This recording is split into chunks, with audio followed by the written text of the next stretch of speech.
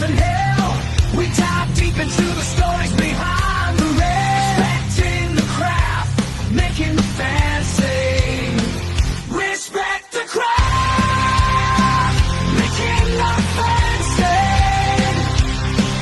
Respect the craft, respect the fight. We bring the best, we can't hide.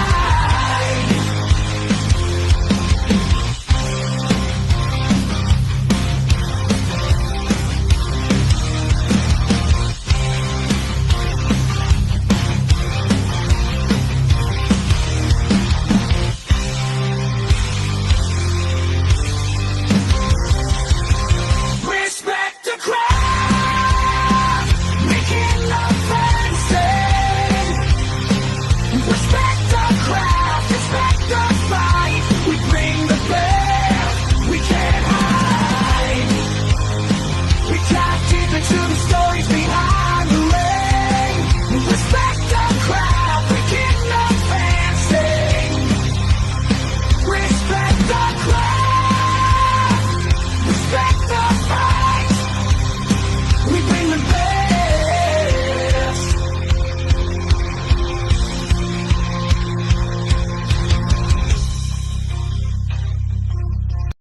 And we are live. What's going on, everyone? Welcome back to another edition of Respect the Craft. This is episode number 267, and I have the honor here of sitting down with the hottest free agent on the scene today.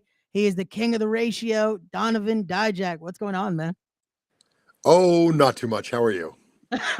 I'm good, man. I'm good. Glad to be able to speak with you here. But before we get into all the questions that everything people want to know here, I have to ask you the question that I ask everyone that comes on. You heard the name of the podcast. It's called Respect the Craft. So for you, when you hear that term, the craft, what does that mean to you? It's not the word I would use. I prefer like the art or the respect the craft. I don't know. I'll have to think of it. It'll come to me later. I don't often use the word craft, and I don't know why. Whenever I think of craft, I think of like doing something like with my hands, like crocheting or something. That feels like a craft. And I understand it all has multiple meanings or something, but just not my personal preference. I prefer it to be like something in my mind as opposed to something physical, because to me this is so much more important than this. Like this is just the moves and the motions and stuff like that, which is part of it. But to me, the thought process that goes into everything and the psychology and the storytelling is all so much more important than how physically hard you can hit someone or how cool your athletic flip can be, which, by the way, are all extremely important to me. I spend a lot of time thinking about how hard I can hit someone and how cool of a move I can do. But to me, it's not paramount. It is Gotcha. the mind and psychology is so much more important to me. So that's kind of what pops into my head when I hear that. No, that's perfect and awesome. I can imagine that are the things you're going to be implementing in your teachings now, as it was just announced this week.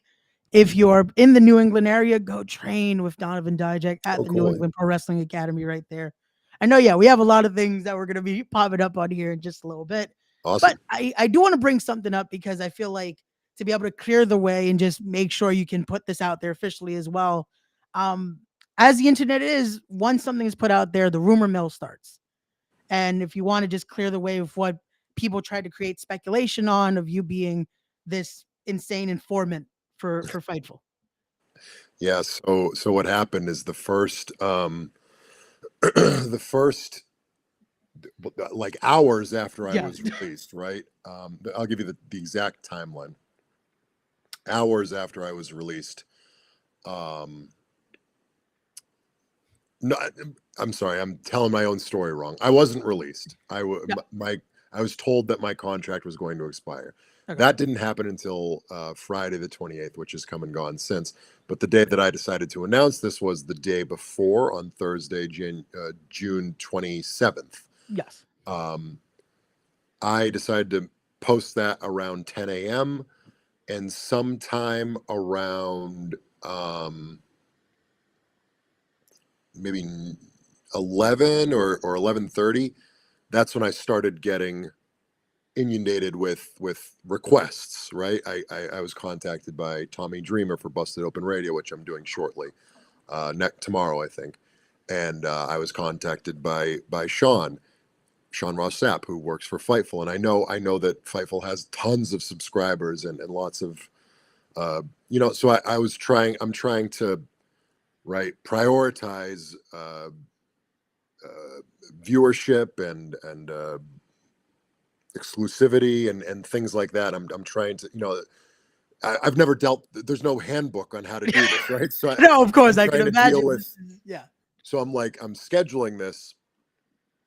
And so I contacted Tommy. I'm like, when does the show air? And then we scheduled that. And then I was talking to Sean, and I'm like, when can we schedule this? And he's like, I have a press conference with Tony Khan in like 20 minutes or something. He's like, but I'm free after that. Can you do it after that? And I looked at my schedule. I'm like, well, my phone's about to start exploding, but yes, I can do that while. And in my mind, I'm like, oh, I'm multitasking. And there was no multitasking happening, right? I couldn't even. In hindsight, I should not have done it when I did, because it ended up eating up a big, important chunk of my day, and I ended up having to push back responses forever. But that's what I decided to do in that moment. I decided to take it. I just told him I would love for this to be the second interview that happens for me. I would love for the first to be my live stream tonight, that I do my own personal live stream with my friends, the MXM, the former Maximum Male Models. I'd love for that to be the first time that anybody hears from me, because that stream is what's going to keep going after all this dies down. It's I need to bring in viewership. I want that to be the focal point of people hearing me for the first time, but I'd love for yours to be the second. If we could record this now and then we'll air it tomorrow. And he said, yeah, that's absolutely fine. That sounds perfect. So I talked to him. I had a good long conversation, like 90 minutes to 2 hours. It's on YouTube right now, because he kept his promise and he posted it the next day. When I was on the MXM stream, it wasn't even that obvious, because I've watched it back since all of these allegations, quote unquote allegations, came out. Yeah.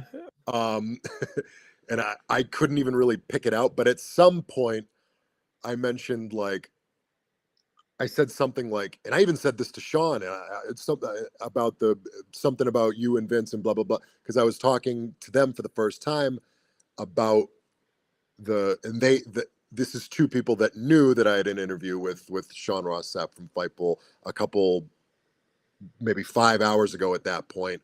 The audience did not know that, right? I hadn't announced I'm going to be on Sean Ross Sapp's thing, but I didn't. So I was talking to my friends and saying, yeah, I even mentioned that earlier. I talked about that with Sean, or I said something that was vague enough where it sounded like, oh, he's talking about things inside the business that happened, and and it's an older thing. It's probably like a retribution thing or something. And I said, I talked about that with Sean. So people were like, oh, he used to fucking just talk about retribution and what they were going to do. And he'd spill that and leak that to Sean, who works for Fightful, and he worked for Fightful back then and whatever.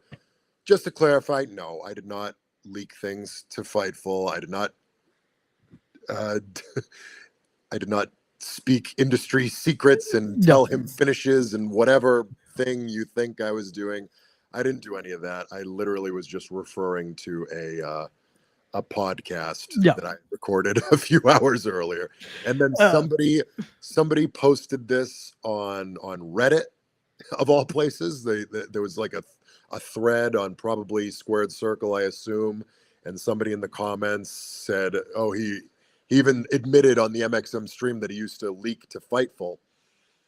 I'm reading this, I'm like, what are you talking about? And it was upvoted like 100 times, and somebody screenshot that and put it on Twitter and said, here's the hard evidence that this happened, because someone on Reddit said that it happened, and they listened to the podcast, but I didn't have time to listen to it. But I promise you they're probably right.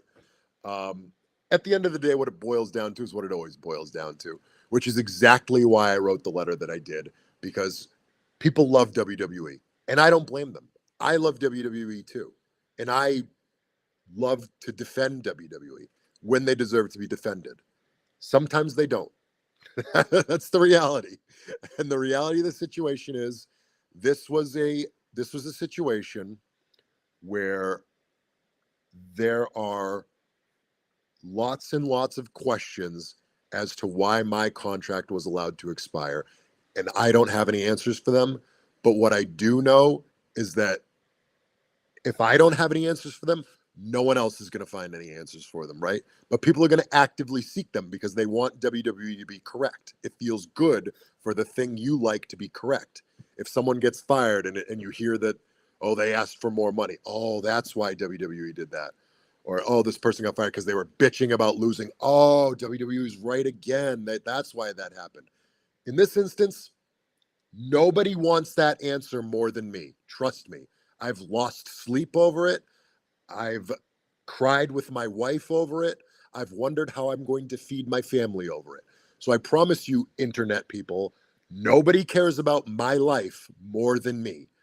If there was a reason that I was given that my contract was not extended and somebody told me that, I would tell the truth just like I did about everything else. I was extremely upfront about the fact that I that I my contract was not renewed. That doesn't make me feel cool that WWE didn't want me. That doesn't make me feel important and vital to it makes me feel like they don't care, right? But that's why it felt important to me to tell everyone the truth, because I feel like lots of people care. I feel like a ton of people care. I heard from multiple sources, I don't know if this is right or wrong, but I heard from multiple sources that people were chanting, "We want Dijak at Madison Square Garden." That doesn't shock me because I was in the ring at Madison Square Garden facing Finn Balor and people were chanting for T-Bar. So it's not like out of the realm of possibility. But again, these are the people who love WWE and want to defend it and say, no one would ever chant that for you. You're a jobber, you blah, blah, blah. But the fact is people rally behind me because I tell the truth. And that's the truth. I've told the truth endlessly from day one. That's why I wrote that letter, because I disclosed every little thing. It wasn't because of injuries. It wasn't because I complain. It wasn't because I take time off. It wasn't because I refuse to lose. The whole thing was just a list of reasons why I don't think I deserved this, but they did. And that blood is on their hands. It's not on mine. So that's the reality of the situation. That's how I feel about the situation. And just to clarify to everyone, no, I did not leak things to Sean Ross. There you go, everyone. And I love the comments are just going, LOL, internet people. Like, no, and it's the truth of it. Once I saw that, I was like, that is insane, because I'm like, wait, I saw the stream, I saw the podcast. Yeah, no, that's not even close to what was even stated. Because I saw it even when I announced this, a lot of people started, oh, but did you see he said this? I'm like, he didn't, but you'll find out on Tuesday. Trust me, I get it. I get it. We used to do that. I was talking, and if you watched the actual interview I'm referring to with Sean, I talked about this at length. We as talent used to do this because we would see the releases popping up, and that's a whole new bag of worms that I'll talk about if you want me to, about how I don't like the process of releasing people. I understand why they release people, but the way they go about it is not ethical in my opinion, and there needs to be a better way to do it. That being said, when the releases start happening and the names stop popping up and Sean starts tweeting about them, oh, so-and-so has been released by WWE, so-and-so has been released by WWE, we are finding out in live time too. So I'm texting my buddies like, oh shit, there goes Braun. Oh shit, there goes Bray. Oh no, whoever, the names are popping up, and we're texting each other like, oh, I heard he mouthed off at Vince, or he asked for his release 2 months ago, so that one's okay. Oh, he wanted twice as much money. Okay, so we understand why that happened, because we're trying to figure it out and process in our brain, and it's more important to us than to you because our jobs are now on the line. So we need to figure out why this is happening way more than you, because if it's like, oh, this guy got released because he grabbed a bad chin lock and Vince didn't like it. It's like, oh shit, I grabbed a bad chin lock and Vince didn't like it. Am I going to get fired next? Am I going to, because it could be that, like, we don't know. So we are desperately trying to figure it out. And I think for the fans, it's a little different because they're trying to figure out, because they want WWE to be honest and good and right. It's like, oh, they had a reason. Oh, they had a reason. oh, that makes sense now. And now everything's just and right? Because if they're just this evil corporation that's just firing everyone because your face looks funny, then it's like, ah, man, I don't know if I feel great about supporting WWE right now, right? If WWE is a company that just whatever horrible business practice, like they fire people because their noses are too big, right? Like, so then there's a good chunk of the fan base that would be like, I don't know if I want to watch this product anymore, right? Because so you don't want to feel uncomfortable watching a product that you love, and that makes sense to me. What they did to me should rightfully make some talent, especially, but viewers as well, a little bit uncomfortable about watching the product, just in a sense, right? Because and not because it's like, oh, they did some horrible thing to Dijak and he's so, but like, who cares, right?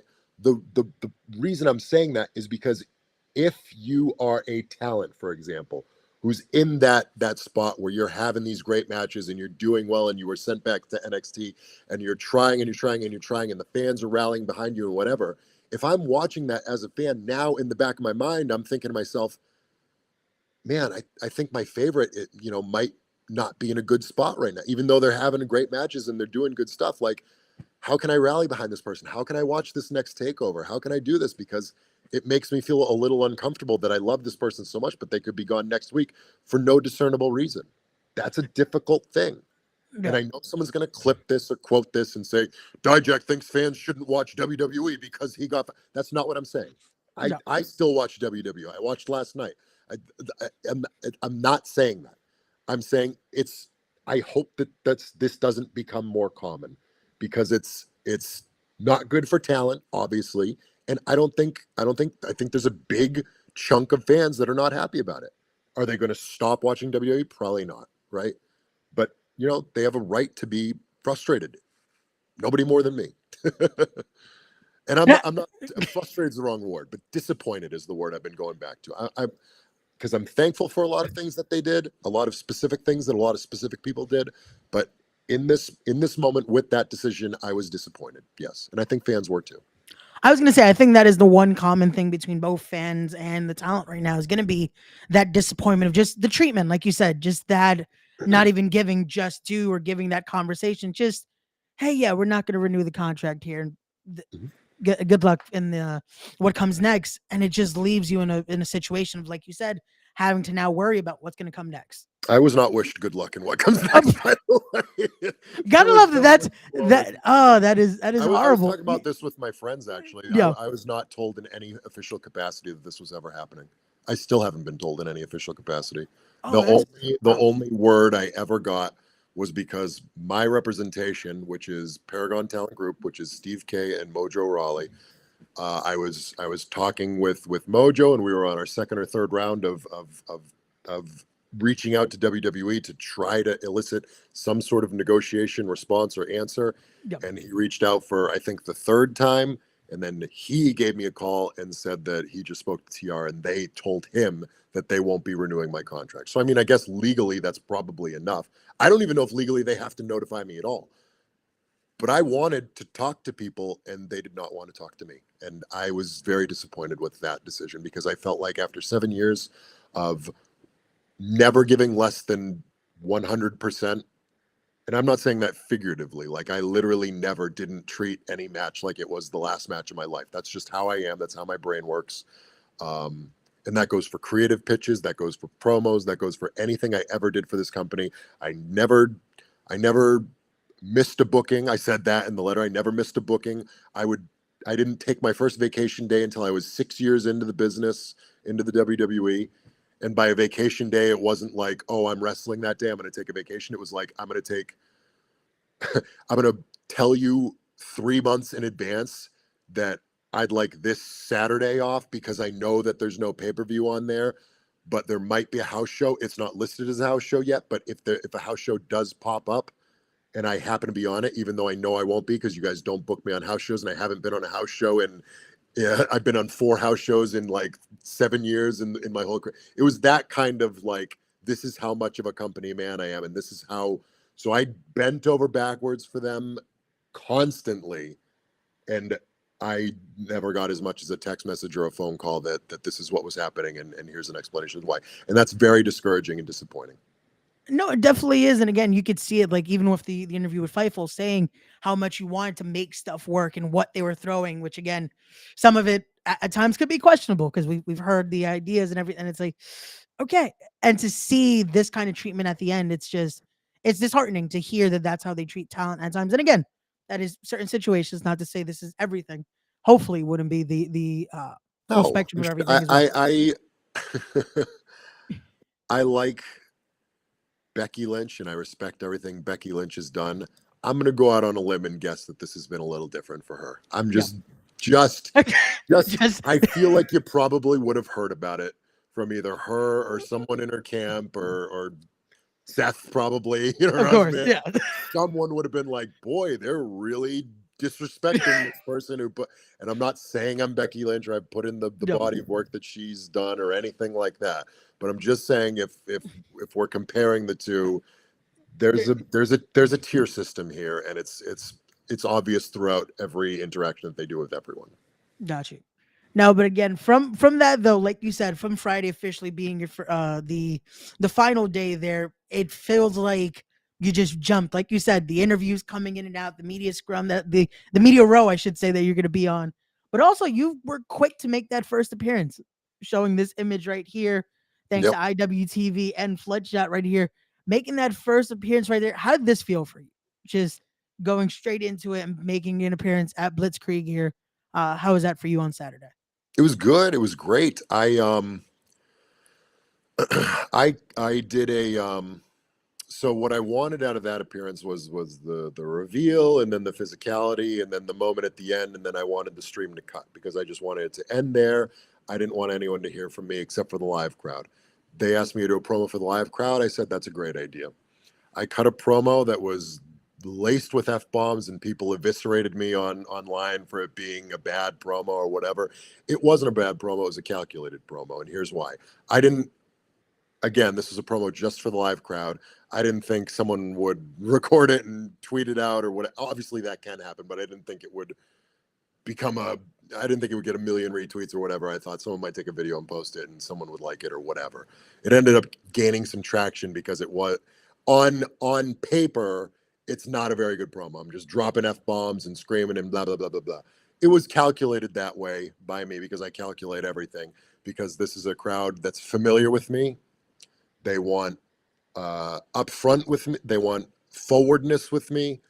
They're intimate with me. I'm right next to them, and they're unfamiliar with me as an entity, being raw and swearing. And it's also like a bar, and they've been drinking all night. So it's that kind of, I wanted to be talking with my friends about how angry I am. And that's why I spoke that way. So yeah, on paper, it looks like a bad promo. But listen, people online like to critique me, and nobody critiques me more than me. You're not going to out critique me, and I promise you don't have a better mind for pro wrestling than I do. So I will leave it at that. And I thought about debating them, because sometimes I do that, and I was like, you know what, I'm gonna leave this one alone, because you can think what you want, but I promise you that no one's thought about this more than me, and no one prepares for this more than me. Anyway, the reason I talk about that promo is because when I was talking in that promo, I was being raw and honest, like I said. And I mentioned in that promo that I didn't know I was going to be here 24 hours ago. And that's accurate. I did not. I had so many emails to go through, and I wanted to prioritize the promoters and the promotions that meant the most to me, in terms of guys who were either local and booked me from when I was a nobody, and didn't gave me a chance when I didn't deserve a chance, or whatever thing or story or background, gave me big pushes and when I needed them the most, or guys that brought over. That's why you're seeing me pop up in Blitzkrieg, where I made a name for myself. I'm at Beyond on Thursday, where I made a name for myself. I'm working for, there's the graphic for Thursday. I'm already announced for Rev Pro, because Andy was huge, instrumental in bringing me over to England for the first time, along with WXW. I've been in contact with them. We haven't worked anything out yet, but all of these companies, Chaotic I spoke to, Limitless I'm booked for. just there's a list of companies that treated me well, and those are the guys who, there it is, there are the guys who are going to get my priority first. So when I finally got to Jeremy at Blitzkrieg, I saw that he was like, by the way, like, just complete shot in the dark. If you happen to be available tomorrow night, we had somebody drop out and we could absolutely use you. And I was thinking about it because my wife was on vacation, because again, we didn't plan for this to happen. It just happened. So she's on vacation. She comes back from vacation that day at 4. So I had offers to, I think Brett from GCW like wanted me to go out to Dallas or something. Which he never contacted me, by the way. He just subtweeted me. So I was like, I don't know if this is a joke or an official offer. Or I don't. It might be both at that point. It's just like, let's see what happens. He's kind of flies by the seat of his pants, which I do too. So I kind of respect that. But yeah, I wouldn't have been able to do it. So that's why I didn't bother finding because I didn't even see the tweet. Someone just screenshot it and sent it to me, and I was like, this is going to get lost in the shuffle because I got a million things. No, yeah, I can imagine right now. Rest in peace to just your mentions and all that. That's why, right? Exactly. I'm not even looking at Twitter. Right? There's just too much. It's a good time for me to be posting cryptic promos and stuff like that. Those are doing. No, yeah, those are going to be amazing right now. But yeah, the actual replies are very difficult to sift through. But yeah, so I finally got to Blitzkrieg in Germany. You mentioned that, and I was like, you know what? That's local. It's a 90-minute drive for me to Enfield, Connecticut. And I'm thinking to myself, like, I don't want to just show up and have a match, right? Like, this could be the coolest, like, little indie show surprise in history. So I'm like, let's not announce me. And we worked out a deal. And I came in late. The show started at 7. I left my house at 7:15, and I drove, and I just sat in the parking lot, and he came out and grabbed me, and we snuck around to the back, and I came up with the whole idea or he came up with the genesis of the concept. And then this is what always happens with wrestling is someone has a story that they want to tell, and I think of the best way for me to tell it. So I came up with the idea of he said baby faces were going to carry the new champion on the shoulders, and I said, great, I'll come out with them, and I'll be celebrating and doing whatever. And then I saw the entrance of the setup, and I said, no, if I come out in this mask, everyone's just gonna be staring at me the whole time and being like, there he is, there comes somebody there. So I didn't want to be a distraction from that. So I found a different entrance where they could celebrate, and then I snuck in kind of the back so the crowd couldn't see me. And then by the time you finally saw me, it was like, wait, who's that? And then all of a sudden it happens 15 seconds later. That way it's more of a surprise rather than a slow build. It's more of a slam right in your face. That's kind of how my mind approaches doing stuff like that. But yeah, it was so much fun, and the crowd was super receptive, and I was glad to be able to piece something like that together last second, because again, it's a good foreshadowing of what's in store for this run, because I'm in control now. Anything can happen, and anything will happen, because much like Brett and GCW, I fly by the seat of my pants. So if you want to book me last second, I might find a way to work. I might not. If you want to change something, if you want to send me here, if you want to throw me on Dynamite tomorrow night, I'm sure I'll find a way to get there. And that's kind of what I want people wondering when they're watching shows. Or Raw was in Boston last night, and I was texting my buddy saying that Triple H could do the funniest thing in history right now if he really wants to, and I would be down for it if he wanted to. I would have absolutely shown up. The crowd would have exploded, and it would have been an interesting moment. It definitely would have broke the internet there. Yeah, I don't think I'd re-sign with the company at this point unless the deal was kind of set in stone in terms of longevity, but yeah. I don't think they're willing to do that on many terms. So yeah, but I would have been happy to do a one-off appearance just to make people melt down. Yeah, it's happened before. We saw what they did with Heath with their segment and everything like that. Right. So yeah, it is a possibility. It is a possibility. Actually. Yeah. So we never know. But again, that is crazy that again, the images you are posting, the videos you're posting, it creates that buzz and creates conversation, because you posted an interesting video Sunday, walking through a door and then possibly making a drive, and you end the night with this picture here that I felt like just it blew up the internet because it's like, wait a second, that says Forbidden Door in the background, and it's just. Yeah. So, can you explain a little more of that? Go into a little more detail with that picture right there. Sure. So I already mentioned that I'm represented by Paragon Talent Agency. Steve has a lot of close connections in AEW. He sent out a message to the powers that be that I'd love to go there on Sunday, and whatever you'd like to do, we're open to doing it because he's a free agent. He's not under contract anymore. Here's some ideas if you need some ideas. If you don't, I'd just love to visit a bunch of old friends. What ended up happening was I just visited a bunch of old friends. And that was amazing, right? I got to see guys that I haven't seen in a long time. I got to meet guys that I've known about for a long time, but haven't had the opportunity to meet. And it was really nice to have that those moments and that just full interaction in my life at that time, right? Because a lot of people forget about the human element of this, because there is a human element in that I was in the WWE locker rooms between NXT and Raw, and there's a lot of crossover between NXT and Raw.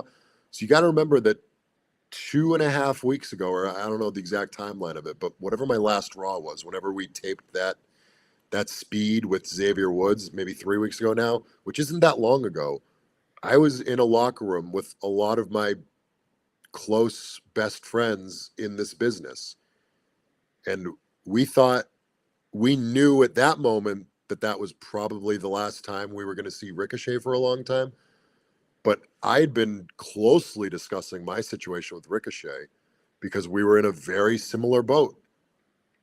And so he knew what was going on with me, and I knew what was going on with him. And I said goodbye to him, and I was like, "Hey, man, like I'll either see you in probably like 5 years or something, or maybe in 2 weeks. Like, I don't know." And we laughed about it because like we genuinely didn't know when the next time we were going to see each other was. But that kind of encompassed how everybody felt, because like I didn't know if that was the last time I was going to see these people for a long time. And it turns out it was. And I had to deal with that, along with not knowing where my next paycheck was coming from, along with I've got very little time to arrange work, job. This is, I got my last WWE paycheck, I think 3 days ago or whatever. So now I'm on my own, and the bank isn't going to stop sending me the bill for my mortgage. So I need to I need to submit the payments on time, or there will be an issue, because my children live in this house and they need food in their mouths and stuff. So I needed to fix all of those issues quickly. But I'm also dealing with an emotional aspect of it with I might not see Xavier Woods for years now. I might not see Kofi for years now. Braun, just the list of guys goes on and on. I mean, these are guys I've been in the locker room. A lot of the NXT, Ilya got called up at the same time as me. These are my really good friends. And all of a sudden, with one phone call, I'm not going to see a lot of these guys for years and years and years. And it's like, man, that's depressing, but I got to deal with all this other stuff at the same time. So long story short, just to circle back, to walk into the backstage area at AEW and to just get flooded with so many people that I haven't seen in years, because, usually they leave one by one. It's like, oh man, I'm not going to see Swerve anymore. Oh man, I'm not going to see Tommy End anymore. Oh, I'm not going to see this guy. I'm not going to see that. And then to just get all of them all at once, it's like, oh, it's such the opposite of how I felt about the depression of leaving the WWE locker room. Is now I get to be surrounded by all these other people, and to boot with that, I got an amazing eye-opening experience, because I only see the AEW product, right? Because I watch it and I like it and I enjoy it. Yeah. I only get to see what's on camera. I don't get to see the backstage. The backstage for me has been WWE for 7 years, but now I get to see their backstage. And it turns out most of their backstage is the old Ring of Honor backstage that I used to experience back in 2015 and 2017. right? So I got to see Nana for the first time in forever. It was awesome seeing him.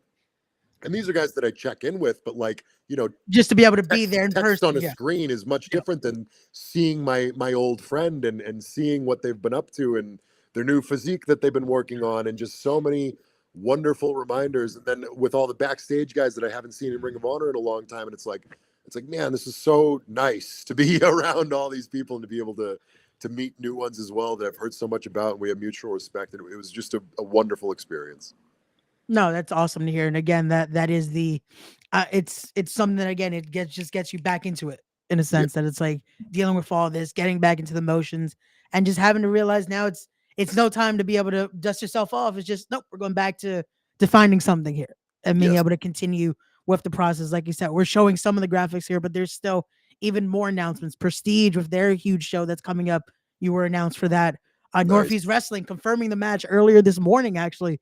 You Oh. versus Casey Navarro for July 27th for their Heat Wave event there. Excellent. And again, the announcements just keep coming and coming.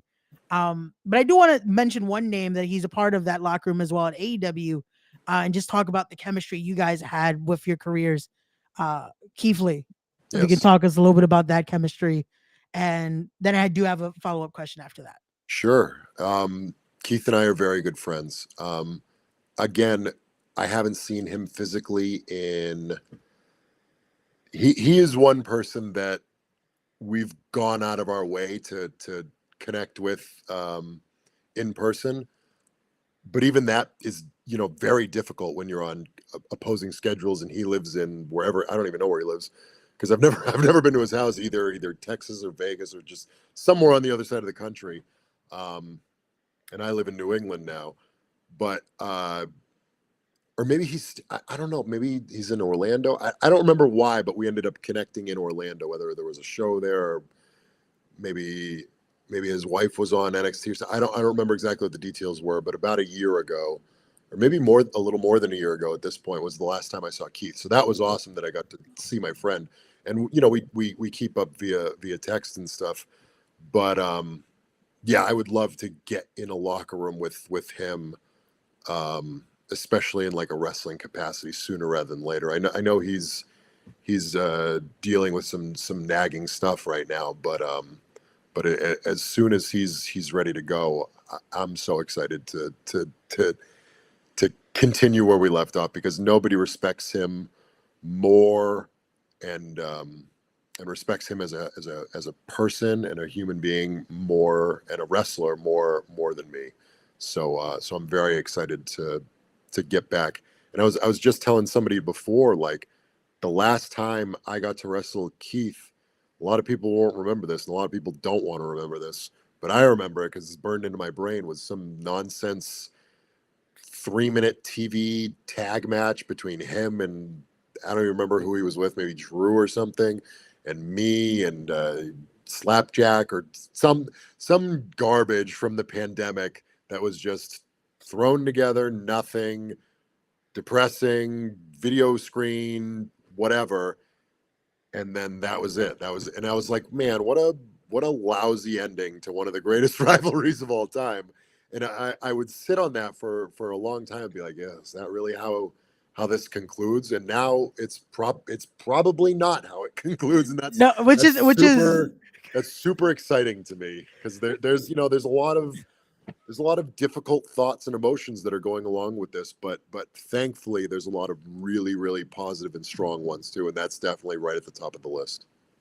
No, definitely so, and I'm really hoping for that to be something that we could see again in the future. And what I was going to ask was that the fact that, how could that not have been something that they would capitalize on the main roster when you guys were both there to try to do something again with you both? Like, how was that never brought upon? Like, hey, let's do this here, because of the love you guys got in NXT as well.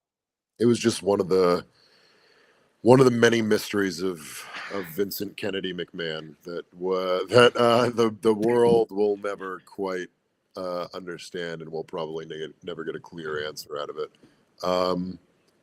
I'm sure that Hunter probably wanted to do it in some capacity, but the timing was never correct.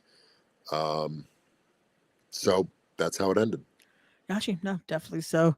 And I'm gonna push up this comment here for a second because it's funny. That was gonna be one of my questions because one of the first times I ever saw you was in the team, the American Destroyers. There, Pete Rosato says somebody call Mikey Webb. We need a Destroyers reunion, at least once. Yeah, you don't need to call him. I talk to him literally every day. He's one of my best friends. So if it's funny, he's doing kind of a coaching gimmick right now. Oh, He's very much more on the twilight of his career than I am. I don't even know that he really enjoys wrestling too much anymore. I think he gotcha, does it, and I think he has fun when he does it. gotcha. I don't know that he's trying to uh, but that's not the first time his name has come up. I've been asked by multiple promoters about Mike, so maybe this will be a chance for him to reinvigorate his career. But that's up to him. That's not up to me. Well, that's not true because a lot of it's going to be. I mean, I call it like it is. The reality of the situation is this is my full time job. It's not his full time job in any capacity. He's a very happy teacher and coach, and he does well with it. And so wrestling for him right now is very much a side passion and stuff. But for me, it's my full time job.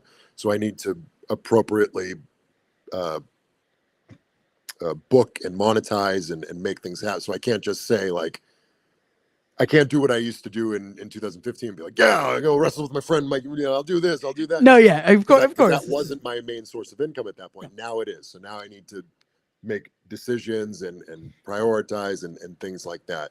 So that does get factored into the equation. But if a promoter wants to make it work, I promise you I'm going to be on board, and I'm fairly certain that he would like to do something as well. There you go.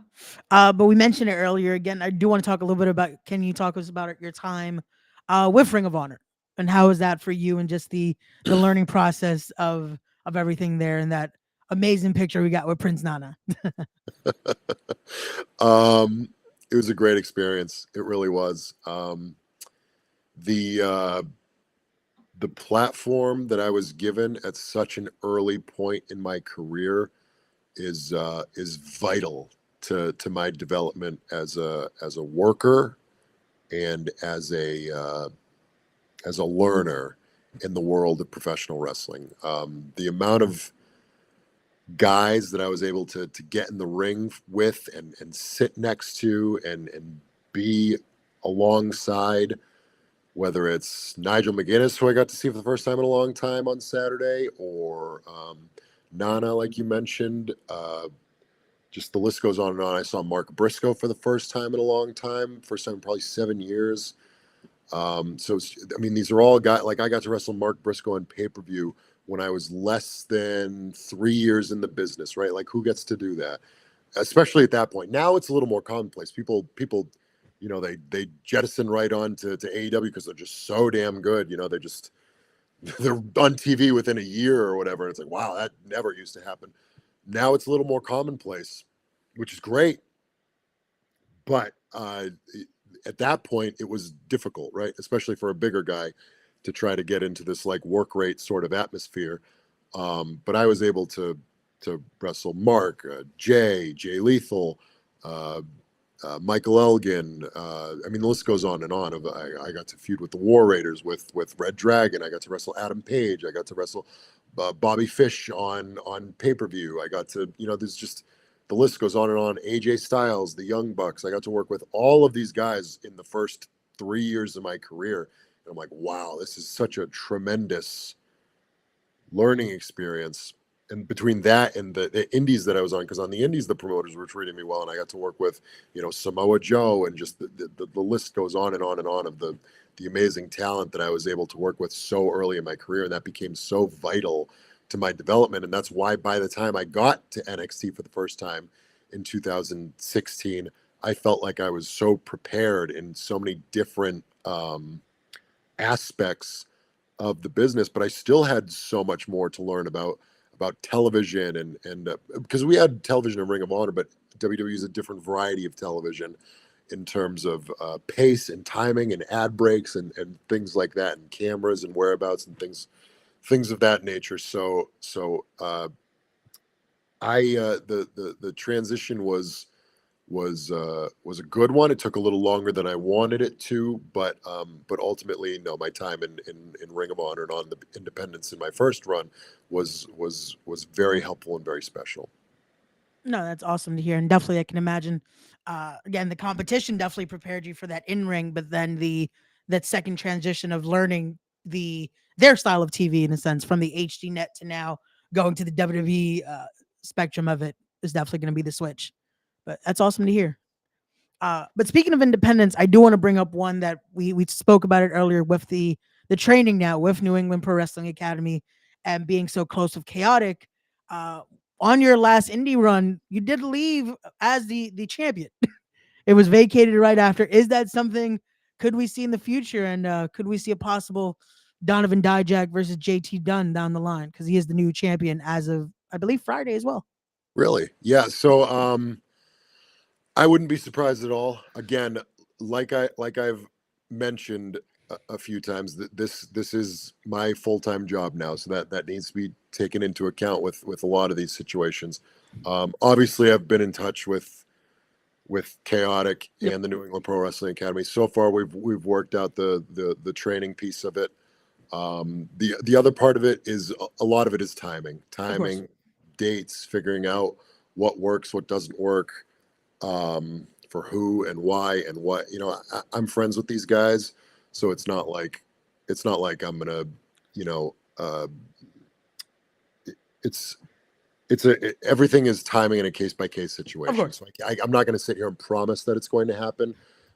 I think we both would be surprised if it doesn't. Yeah, it's one of those. Everything it happens when it happens, and it all works out again to Yeah, work your schedule. Because I can imagine the exactly. list of things that haven't been announced yet are still just stockpiling at this point with everything. Oh, Everyone's gonna want a yeah, little bit schedule of is digest.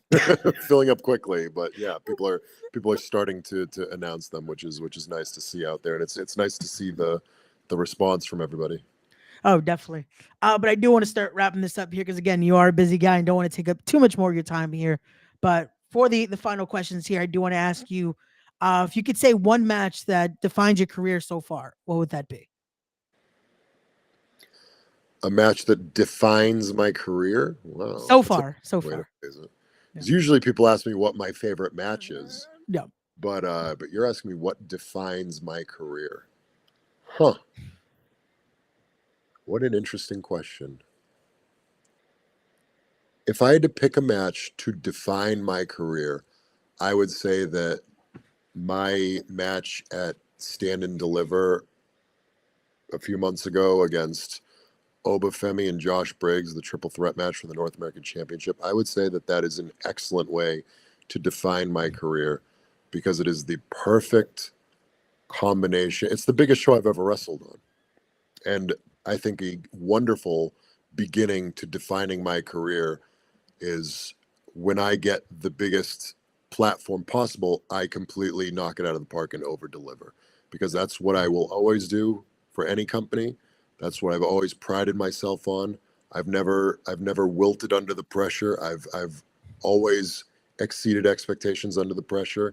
You can put me in any situation because that match was a 15-minute match in a match that I wanted more time. We all wanted more time. But the reality of the situation is this is a business and you deal with what you're given. So if you give me a triple threat match, which is a difficult match, anyone who's ever been a wrestler knows that a triple threat match is not easy to do. In fact, it's maybe the hardest of the normal scenarios of matches to do. If you give me a triple threat match with a guy who has all the potential in the world, and nobody could speak higher of Obafemi than me, because he's a tremendous talent. He's tremendously over. But the facts are he's had about 10 matches at that point ever, right? So this is not an experienced veteran. This is a young green kid who has had, I think, 2 takeover matches at this point, maybe 5 TV matches or something like that. So this I was in control here, right? Like he did a marvelous job and his execution was perfect, and I can't speak higher about him. He's a tremendous talent, but that's not an easy situation to be in, right? Not a lot of people can take that situation and have what a lot of people called the best match of WrestleMania weekend. Again, Cody, who's a good friend of mine, and Roman Reigns, the World Championship in the main event of, and with the Undertaker's there, and the Rock bottom someone, and Stone Cold Steve Austin comes out, whatever million other things happen. No, yeah, that was Obviously the greatest spectacle in the history of the world, right? Like, we didn't have a more memorable match than that, right? Obviously, but in terms of this is a wrestling match. It's just, here's what you're getting. You don't know the story. Ready, go. It was. Most people concluded that it was probably a tie between us and Sami Zayn and Gunther. Yeah. Again, look at the pieces of those two things. One of them has Sami Zayn and Gunther. One of them has me and a guy who wasn't on TV a year ago, and another guy who's not on TV super often. Those are the pieces that we were given with, and both of those matches were the exact same amount of time.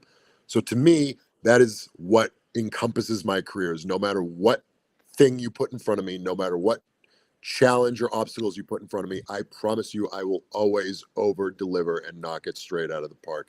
And that match was the perfect, it really was the perfect encompassment of my whole career.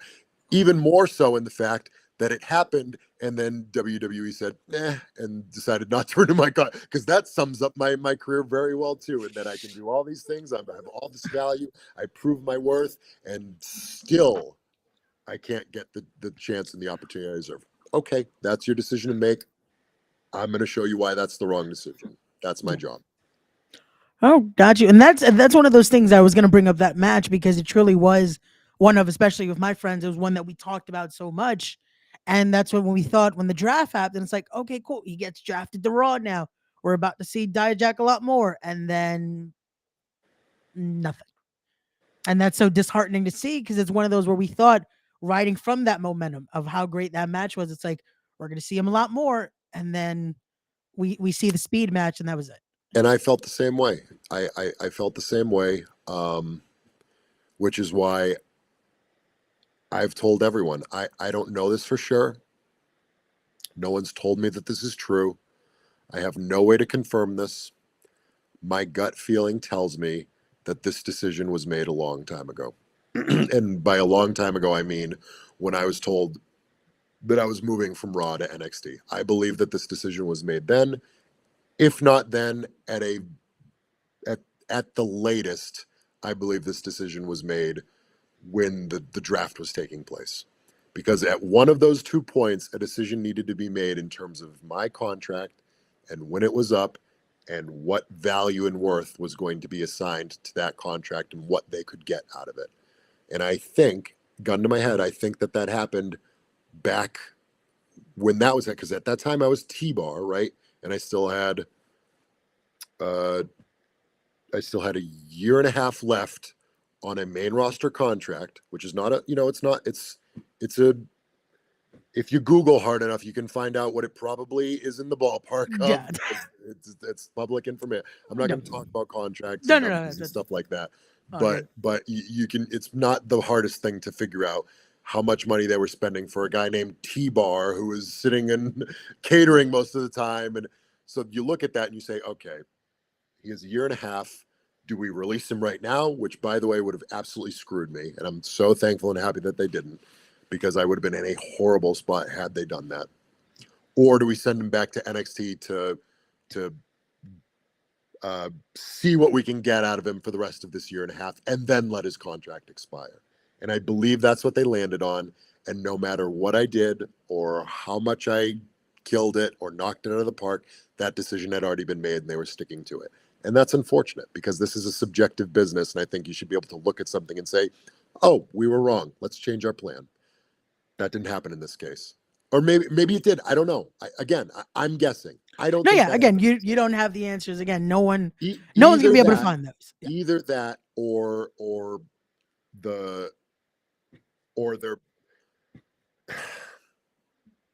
their mind was mostly made up. And then we got to the draft and they looked at the draft and they said, okay, he's doing so well on NXT and the plans on NXT he's basically in the top 3 most guys who are over on NXT. Top 3s maybe at that. I don't think Wesley was, top 5, let's call it. Okay. Because there'd been, if you take the call ups out of the equation, I don't know, top 10, whatever you want to say.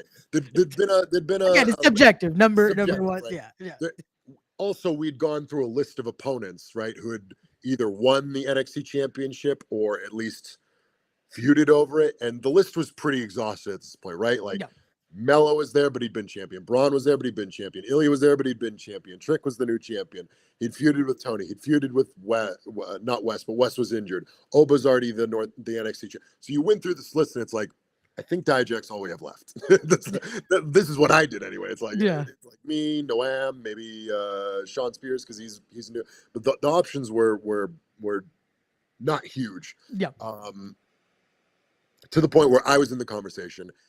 And what I was told is that there was at least a plan in place. I don't know how in place it was, but there was at least ideas being thrown around about me feuding with Trick Williams for the NXT championship over the summer. My guess would be that whoever has control over contract situations or keeps oversight on that looked at that and knew that and said, okay, we're likely going to allow his contract to expire. Do we want to continue to let him be on NXT and feud with Trick Williams and ultimately pay that off at a pay-per-view, and they'll have an incredible match, and it'll be one of the best matches of Trick's career and one of the best matches of Dijak's career, because Trick asked to work me. I know that for a fact. He is a friend of mine, and he asked to work with me. And vice versa. When I first got to NXT, I asked to work with Trick before he was on his own in any capacity because I knew that this would happen. I knew he was going to be a huge star. I knew he was going to be an NXT champion. I took one look at him. I watched his match one time and I said, this guy's going to be a star. Let me work with him, please. These are all facts that can be validated by anyone who was in the vicinity of the conversation. I could probably show you old text messages if you want between me and likely Steve Carino, who booked those shows and would ask me who I wanted to work with. And oftentimes my answer was Trick Williams, please. So this all comes full circle, and you can either go with that feud, which would be awesome, and the crowd was super behind me. Go watch my last TV match ever, which was me versus Noam Dar, and the crowd has never been more fired up and excited to see me in a match than that moment. So it would have worked out brilliantly, right, timing-wise, and we could have worked all the way to Battleground, which was before my contract was up, and had the blow-off at Battleground, and had him beat me for the championship or whatever. You could have done it that way, but if you do it that way, you being whoever's in charge of this, again, I don't know who it is, whoever made this decision to not renew my contract looks maybe 10 times more foolish if they do it that way and then don't renew my contract. Because now you're talking like a week later, like a guy has one of the best matches in NXT history, and then we're going to not renew his contract a week later, and we didn't even make him an offer. That just makes you look completely inept. Or we have the option to quietly call him up to Raw in the supplemental draft, and then it's like, we can't quite figure it out, and oh, sorry, we just didn't have anything for you, and blah, blah, blah. The things that they say that are, it's like, we all know it's not difficult to get someone on Monday Night Raw. You got 3 hours of programming. We were right in the middle of the King of the Ring tournament. It would not have been the hardest sell in the history of the world to be like, hey, Dijak loses in the first round of the King of the Ring tournament against Jey Uso. They did that with Ilya Dragunov instead, which probably isn't great for Ilya Dragunov, who still, I assume, has time on his contract and is debuting on Raw, and he's this powerful entity. And for him to eat a loss like that probably doesn't do him a ton of favors. For me to eat a loss like that and then to get and then to not get my contract renewed or whatever, fine. I think it was very much designed. I think it was very much by control. I was told that creative was coming up with ideas, and I was pitching things, and they were like, yeah, we'll discuss it. We'll come up with it. Do I believe that any of that was true? No, I do not. I think this decision was made up. I think their minds were made up, and I don't think there's anything I could have done. And that's disappointing. The theme of the whole thing is disappointing. I think that that's a disappointing mindset. I think that that's a disappointing, And maybe they had a reason. Maybe somebody didn't like my face. Maybe somebody didn't like the way that I got on the bus. I don't know. There could be a million reasons. Maybe they maybe there's nobody's thought about this more than me, right? Like Yeah, nobody. of course.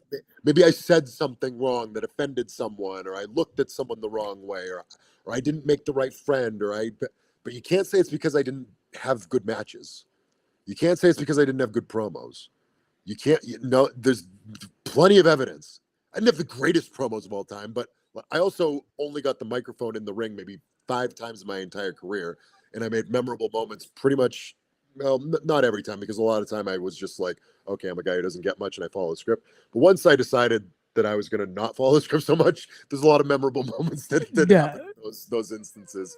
But certainly my backstage stuff where I would they wouldn't even ask me to do something, and I'd be like, hey, I'm not going to expose any of these people because I don't know if they're supposed to be doing this, but like, hey, person in digital, like, can we film something, and and they'd be like, yeah, let me just run it by, and then we'd post that on YouTube, and it'd get tons of likes, or Instagram, and it'd get tons of likes, because that's just me being me and doing myself, and people like that. So you can't, if the person in charge wants to say he just wasn't delivering in the ring, it's subjective. You can say that. I don't think the vast majority of the planet will agree with you. I was gonna say, yeah, I feel like it would be disagreed very heavily, especially you by can anyone. justify it however you want, and I have a counter argument to all of them. You can say I'm too old, I haven't progressed far enough in my career, and I can cite sources where you've signed guys who are older than me and pushed them harder than I ever got. But we can do the song and dance as long as we want. At the end of the day, it was probably somebody who just didn't like my face or whatever. I was gonna say, someone's gonna clip this now and say Dijak says the reason he was released was because of his face. Yeah, Like, sure. Someone's gonna be like, put it on Reddit instantly. It was because of his face. That's why he wasn't like. If someone didn't like my face, that would make more sense than the explanation I got, which was nothing. So, and that's I think that is the worst part. I would kind of respect it if I got a phone call and they were like, "Hey man, we're releasing you because I don't like your fucking face." I would have been like, "Oh, okay, well what am I gonna do?" It's still disheartening to hear you didn't get anything, not even at least the cordial call of like, "Hey, unfortunately, it didn't work out." At least something, instead of 7 years of being there and being a loyal worker and everything, and nothing. I asked. That is insane. I asked. Yep. But before we wrap this up here, final question for you, Dijak, I have is, what is the end goal for you, man? The end goal? Yep. The end goal has never changed for me. I've always had in my mind that you are going to be the best professional wrestler in the world. I've never taken that. It didn't matter that I was sitting in a room and catering and my name was T-Bar and blah, blah, blah, blah, blah. I've never taken out of my head that you have what it takes to be the best professional wrestler in the world.